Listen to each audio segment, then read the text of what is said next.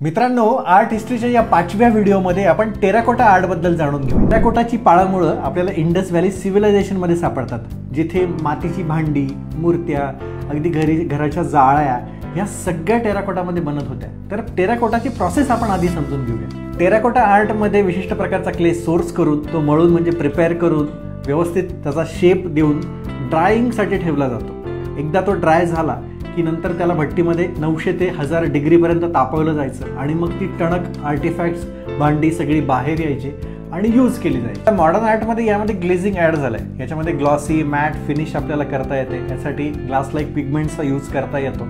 So याचं application आता interior डिझाईनच्या पर्स्पेक्टिव्हने आपण समजून घेऊया। टेराकोटाचं ॲप्लिकेशन आपल्याला रूफिंगमध्ये, वॉल क्लॅडिंगमध्ये, पार्टिशन्समध्ये, ओव्हरऑल वेगवेगळ्या स्कल्पचर्समध्ये आपल्याला करता येईल। इंडियन आर्ट प्रकारामधला हा एक सिग्निफिकंट टाईप आहे, त्याच्यामुळे याच्यातले स्कल्पचर्स आर्टिफॅक्ट्स फार सुंदर दिसतात। तर तुम्हाला हे असं ॲप्लिकेशन करायला आवडेल का तुमच्या घरामध्ये, हे आम्हाला नक्की कळवा आणि अशा युजफुल टिप्ससाठी तुम्ही एलिगन्सी इंटिरियर डिझाईनमध्ये फॉलो करा।